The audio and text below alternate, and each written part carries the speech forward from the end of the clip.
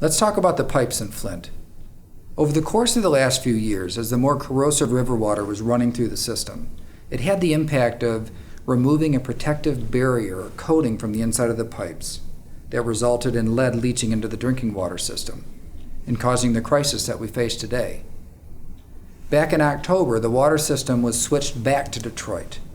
An additional orthophosphate was added in order to start the process of rebuilding the protective coating inside the pipes. Now, this is a very effective way of reducing the exposure of the water to lead. But long-term, our goal is eradication of that lead risk. So let's talk about the numbers. In the city of Flint, we have about 55,000 properties.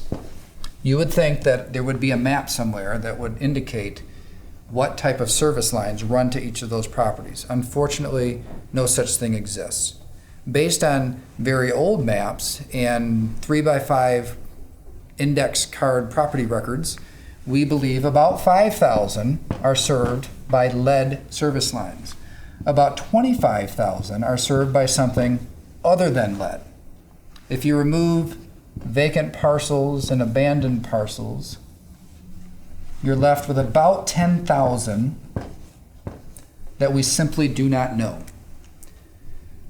An engineering firm from right here in Flint has been hired to determine what is the composition of the service lines that make up these 10,000 unknown parcels. Now we have taken that information, we put it onto a digital map. In blue, you'll see all the parcels that are served by something other than a lead line. In red are the ones that we believe are served by lead lines, and all of the yellow represents the properties that we simply do not know. The engineering firm will go through and identify the composition of the pipes for each of those parcels.